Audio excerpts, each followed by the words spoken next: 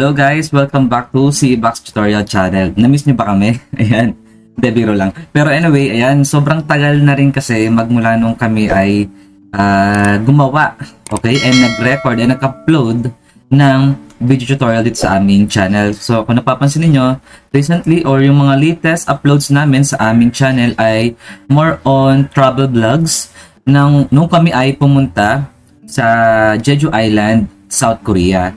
So, share ko lang, requirements kasi yun sa aming master's degree sa PUP na kung saan ay kailangan namin mag-publish, okay, and mag-present. It's either national or international. Kaya nandun kami sa Jeju. So, share lamang namin yung aming experience and travel vlogs para malaman ninyo na kahit kayo ay nag-aaral sa masteral, pwede rin kayo mag-travel, di ba? Parang, kagaya ng ginawa namin, sinabay lamang namin yung travel namin sa Jeju Islands kasabay nung seminar and conference na aming dinaluhan, which is yung ICGEE or International Conference on Geosynthetics and Environmental Engineering. Ayan.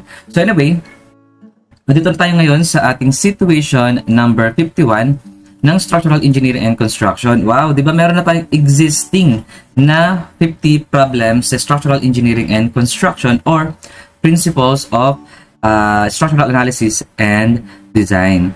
So actually, meron na kaming nakagawang template na 20 problems for CE Board Exam November 2022. Kaso, hindi lang din talaga kami makahanap ng free time para makapag-record. Pero nakaready na yung template. So, sa ngayon, unti-untiin natin yung ating mga videos para at least makapag-upload pa rin kami at makatulong sa inyong pag-aaral and at the same time sa inyong pag-review sa board exam. So this is our situation number 51 from CE Board Exam November 2022.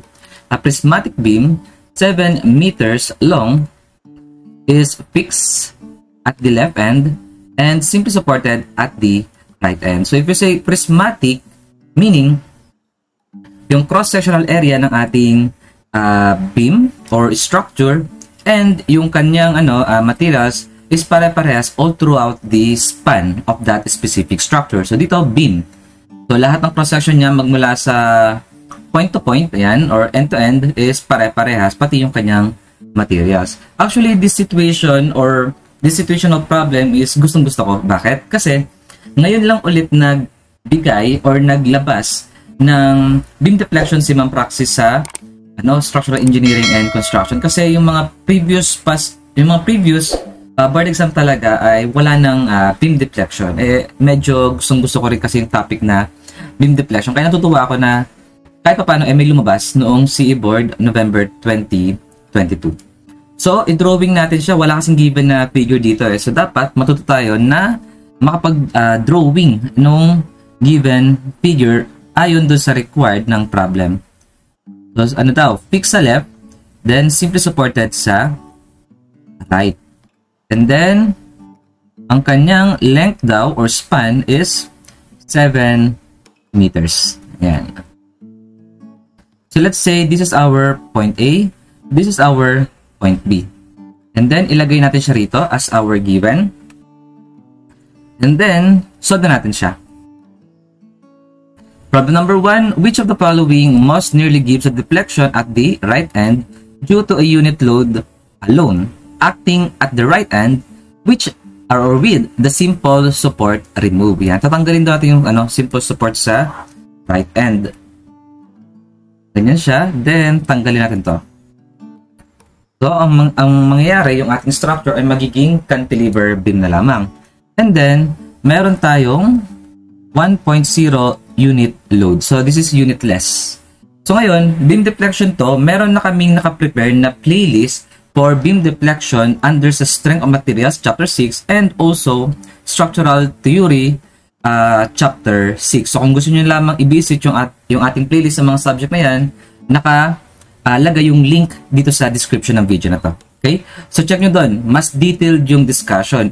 So, ano yung meron doon? Meron na tayong discussion doon about double integration method. Meron din tayong moment, area, theorems, conjugate, beam method, and yung latest na topic doon sa beam deflection is yung superposition method. So, isa-isayin natin siya ng mabilisan. Ang double integration and conjugate beam method is magandang gamitin for simply supported beam. Ang moment area naman ay magandang gamitin for cantilever beam. Samantalang ang superposition, maganda siyang gamitin kung malakas kayo mag-memorize. Ayan. Kasi formula based ang superposition. Okay? Kaya kung malakas talaga kayo mag-memorize at madali kayo mag-memorize ng mga equations and formula, magandang gamitin ang superposition. Pero kasi ako hindi. Mahina kasi ako sa memorization ng mga equations and formulas. Mas madali kasi akong makapag-solve once na yung concept is alam ko. Kaya halos mas gamay ko ang tatlong to. Double integration, moment area, and conjugate beam method. And since ang ating problem number 1 is cantilever beam, therefore, ang gagamitin natin is moment area theorems. So, ang ginagawa doon una is magmo-moment by parts tayo. So, pipili tayo ng point kung saan magandang mag-moment. Yung ating A is merong reaction na AB, then meron tayong moment A. Yan.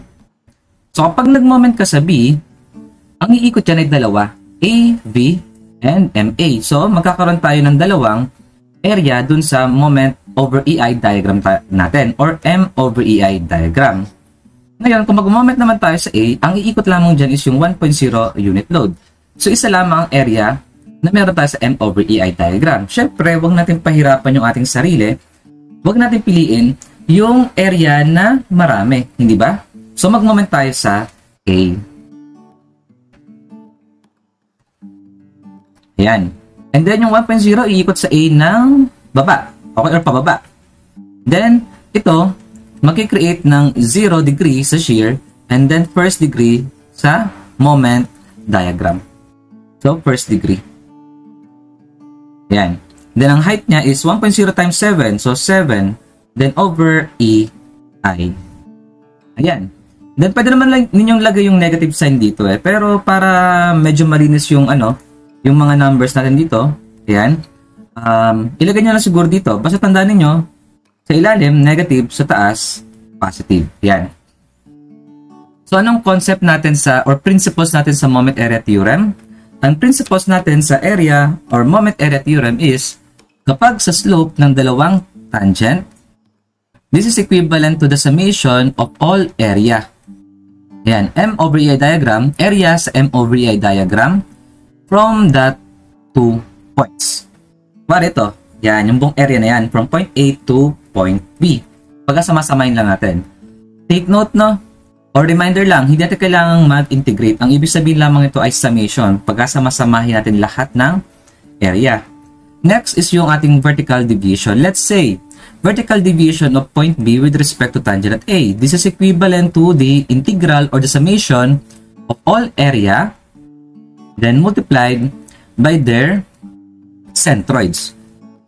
Yung centroids natin is with respect to the point kung saan natin kinukuha yung ating vertical deviation. Ito, nauna yung B sa taas. Ibig sabihin, kinukuha natin sa point B yung ating vertical deviation. So, yun yung concept na gagamitin natin. Of course, this is from point A to point B. Ngayon, gamitin natin itong vertical deviation for deflection kasi deflection ang pinapahanap di ba? So, sa moment area theorem, sabi ko nga sa inyo, i-visit nyo lamang yung aming playlist kasi doon talaga detailed yung discussion and step by step talaga yung procedure sa kada problem para talagang matuto kayo. But anyway, since nandito tayo sa pang board exam, medyo mabilisan lang ng konti. So, dapat familiar na kayo kung paano magbe-behave ang isang beam depende dun sa naka-apply na load sa kanya. So, ito, negative bending. At since ang ating point A is a fixed support, therefore, ang kanyang tangent is horizontal. So, siguro, burahin na natin to. Ayan. At ito naman yung ating point B sa elastic curve. Kunin natin yung kanyang tangent. Ayan. So, this is our tangent at B. So, dun sa vertical deviation kasi, magmumula yun or mag-i-start yun sa point dito sa elastic curve. So, kinukuha natin yung sa point B, di ba? So, ito yung ating point B sa elastic curve.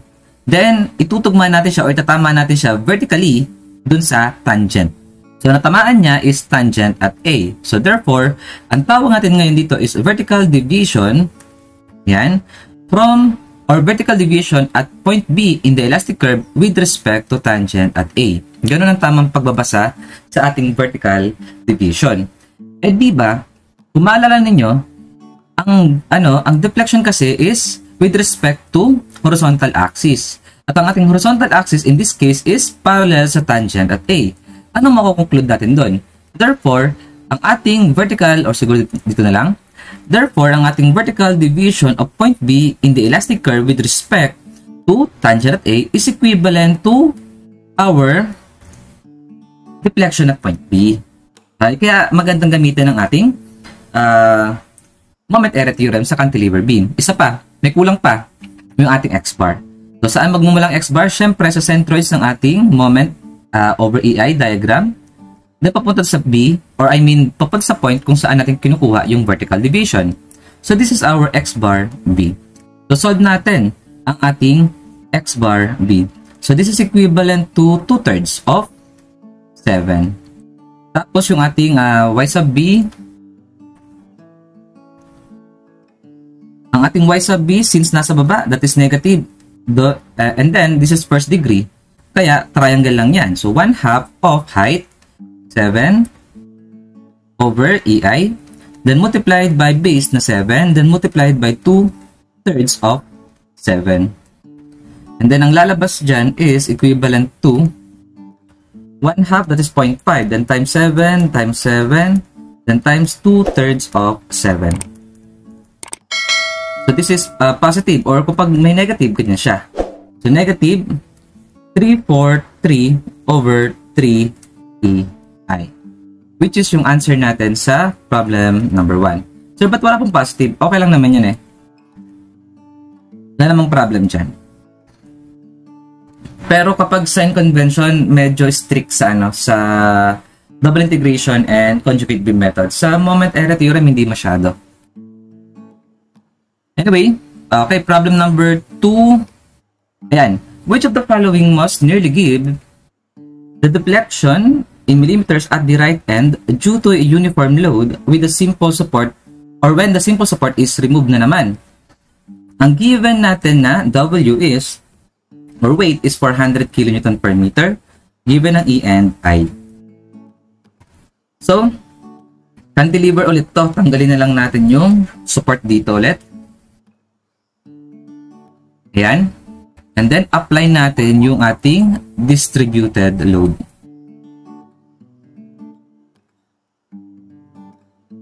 Ang given is 400 kN per meter.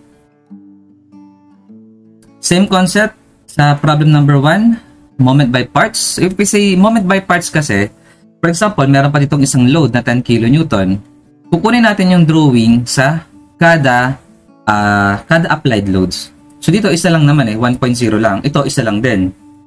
Then, from 0 degree load, pagpunta natin sa shear, magiging siyang first degree. Pagpunta natin sa moment, magiging siyang second degree. And practice na natin yun sa shear and moment diagram. So, ito nyan, magmo-moment siya pababa. So, negative ulit. So, second degree. So, take note natin dito, second degree. Ano ang height niya? That is 400 multiplied by 7, then multiplied by 7 over 2. So, negative 98, or simple ano na lang, o 98 na lang. Yan. Tapos negative, positive. Tapos, deflection ang pinapakuha ulit sa point B. So, kunin natin ang x-bar. So, pakibalikan na lamang yung yung aming discussion sa playlist kasi meron tong importanteng part sa moment area theorem, yung equation ng area. Ang equation kasi ng area is ito. Ayan. 1 over n plus 1, then multiplied by base, multiplied by height. Yan ang area. So, x-bar naman.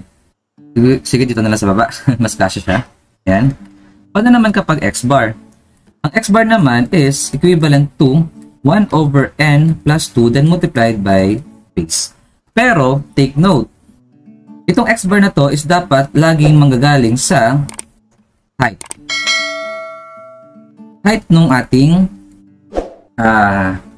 M over EI diagram. For example, ito yung tinutukoy na X bar. Yan. Ang kinukuha natin, X bar sa B. Yan. So, siguro, huwag natin tanggalin. Ganyan na lang para makita nyo rin. So, isolve natin ang X bar. Ang X bar B is equivalent to 7 meters then minus 1 over N plus 2. That is 2. Yes. Ang N pala rito is yung number ng degree ng curvature.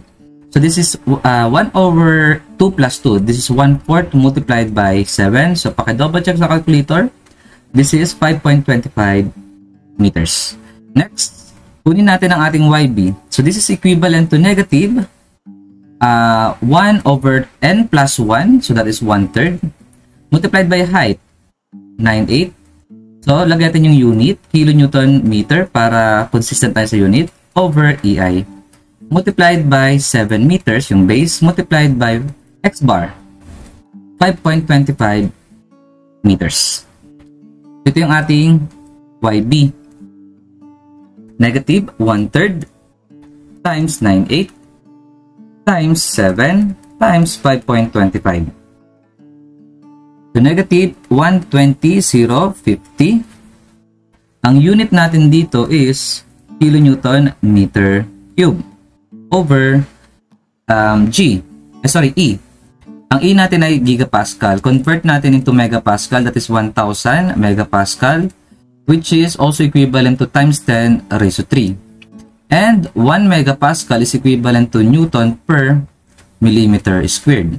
So, this is 200 times 10 raised to 3 Newton per millimeter squared. Multiplied by I na 50 times 10 raised to 9 millimeter to the 4th. So, dapat consistent tayo sa unit. Dapat Newton millimeter tayo. So, convert natin to. Kilonewton. Kilonewton to Newton is 1,000. Meter to millimeters is 1,000. Kaso, naka-cube tayo kanina, di ba? 3 meters yan. So, cube. So, time raised to 3. Ayan. So, that is times 10 raised to 12. And this is Newton millimeter cube. So, check natin kung consistent tayo sa unit. Cancel to. May matitirang millimeter squared. Cancel din to. May matitirang millimeters. Cancel din ng Newton. So, millimeters ang makukuha natin, which is the unit of deflection. So, negative 120,050 times 10 raised to 12 over 200 times 10 raised to 3 multiplied by 50 times 10 raised to 9. So, this is negative 12.005 millimeters, which is yung ating answer para sa ating problem number 2. Yan. Okay, di ba? So, madali lang talaga siya. Kung cantilever, mahirap gamitin ng moment area theorem pag simple support, huwag nyong gagamitin yan. So, pang cantilever lang siya. I mean, mas madali lang talaga siyang gamitin sa cantilever beam.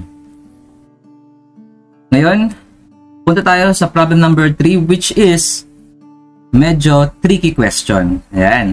So, problem number 3, which of the following most nearly gives the reaction kilonewton at the simple support? So, ibig sabihin, hindi na siya tatanggalin. Prop beam na siya, di ba? So, ang given and the W is 300 kilonewton per meter. So, ito na mismo yung ating gagamitin na figure. Ayan na siya. And then, we have the uniform load na 300 kilonewton per meter. And then, yung pinapahanap sa atin na, sa problem, yung ating reaction at B. Or siguro dito na lang. Ayan. So, ano yung gagamitin natin dito ng concept? Dalawa. Una, yung concept ng superposition. Hindi kailangan for solution, concept lang.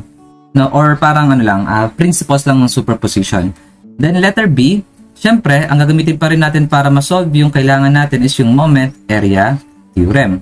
So, ano ba ang ibig sabihin talaga ng superposition? If we say superposition method, parang kukunin natin yung overall effects ng what I mean is, for example, deformation. Ay, sorry.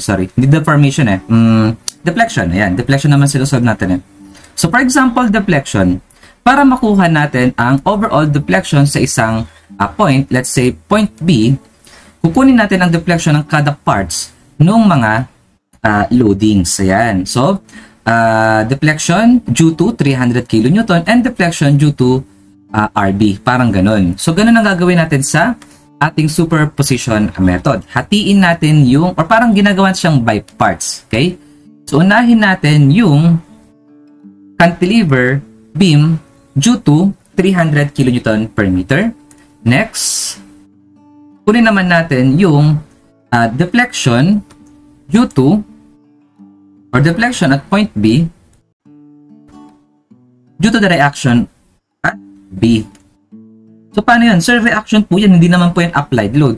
We can consider yung ating RB na parang applied load at point B. Yan. So, paano to? Check natin ha.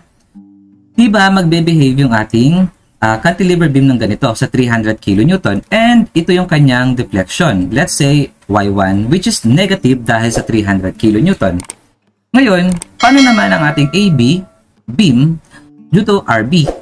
Tataas yan. Gaganito. Ayan. At ang kanyang deflection is ito which is sabihin Y2 na positive. Kasi paakyat di ba? Upward ang i-create na deflection ng ating RB at point B. So, ang sabi naman dito sa problem is yung reaction lang pinapahanap sa simple support. Walang sinabi kung ang ang ating point B ba is magdi-displace pababa or magdi-displace pataas. If you say displace, parang mawawala siya sa pwesto niya, bababa siya or tataas, walang sinabi. So, anong indication nun? Ibig sabihin, yung ating total deflection or total deflection at point B is equivalent to Y1 which is negative Y1 and then plus 2. Tapos alam natin na yung ating total deflection at point B wala nang displacement di ba? So ibig sabihin this is equivalent to 0. Tapos tandaan nyo itong negative Y1 na to, bakit siya naging negative? Kasi yung ating moment area diagram mamaya, M over I diagram is negative. So, negative yan So, ililipat natin siya rito. Okay? Or, para hindi kayo nalilito, tanggalin natin yung mga sign. Yan. Pwede natin ilagay dito na Y1 plus Y2 para hindi siya nakakalito. Ang mangyayari, mag-base lamang tayo sa sign noong ating M over EI diagram na madodrawing. So, drawing natin ang M over EI diagram nito. Okay, based sa ating problem number 2, this is second degree. Yan, second degree. Deflection ang hinahanap. So, ito yung ating X bar. V. Ano yung height? Ang height natin is 300 times 7 times 7 over 2. So, 7,350. So, since nasa baba ang ating M over A diagram, ibig sabihin negative ang magiging sign natin dyan mamaya. Solution. Ito naman. Paano ang kanyang drawing? Ang drawing ng ating M over I diagram dito ay pataas. Paganyan. So, positive. Then, 0 degree to first degree. 0 degree para sa shear, first degree para sa moment. Anong moment natin dito? RB multiplied by 7. So, this is 7 RB over EI. Then, nasaan ang kanyang X bar? Andito. Yan. So, X bar natin dito is, alam na natin, 2/3 of 7. Triangle lang naman to. Ang X bar naman natin dito, yung kanina sa problem number 2, which is equivalent to 5.25 meters. So, hindi tayo mahihirapan. So, equate natin. So, 0 is equivalent to Y1. Ang Y1 natin is negative kasi nasa negative side. So, hindi yan 1/2. That is 1 over n. So, 2 plus 1. So, 1/3 of height. 7,350. Siguro, lagyan natin dito. 7,350 over EI. Multiplied by base, 7. Multiplied by X bar, 5.25. Then plus 1/2 of height. Ang height natin dito is 7 RB over EI. Multiplied by base na 7. Multiplied by X bar na 2/3 of 7. So dito, yung ating EI is magka-cancel out. Kasi kapag nilagay mo rin dito yan, magiging positive, para silang merong EI sa tigkabila, para silang nasa baba, magka-cancel out lang yan. Hindi ba? So, matitira na lang natin is yung RB. So, hanap na natin. So, pwede nyo namang isa-isahin siya na solution, pero Since meron naman tayong calculator, allowed naman ng shift solve, so pwede ng shift solve. So 0 is equivalent to negative. Kung ayaw nyo siyang i-reciprocal, i-transpose, ganyan na lang. 7,350, then multiplied by 7 times 5.25, then plus 1/2, that is 0.5 of 7 RB, which is x, multiplied by 7, multiplied by 2/3 of 7. Then shift solve. Ayan, 787.5 kilo-newton. So, bakit siya naging kilo-newton? Ang unit natin dito sa 7,350 is kilo-newton meter. So, moment yan. Ito naman, moment. Ito naman, moment. Moment tuloy. Meters. Ito, yung 7 dito sa RB is meters, but moment. 7 dito is but moment. Sorry guys. Okay, 7 meters.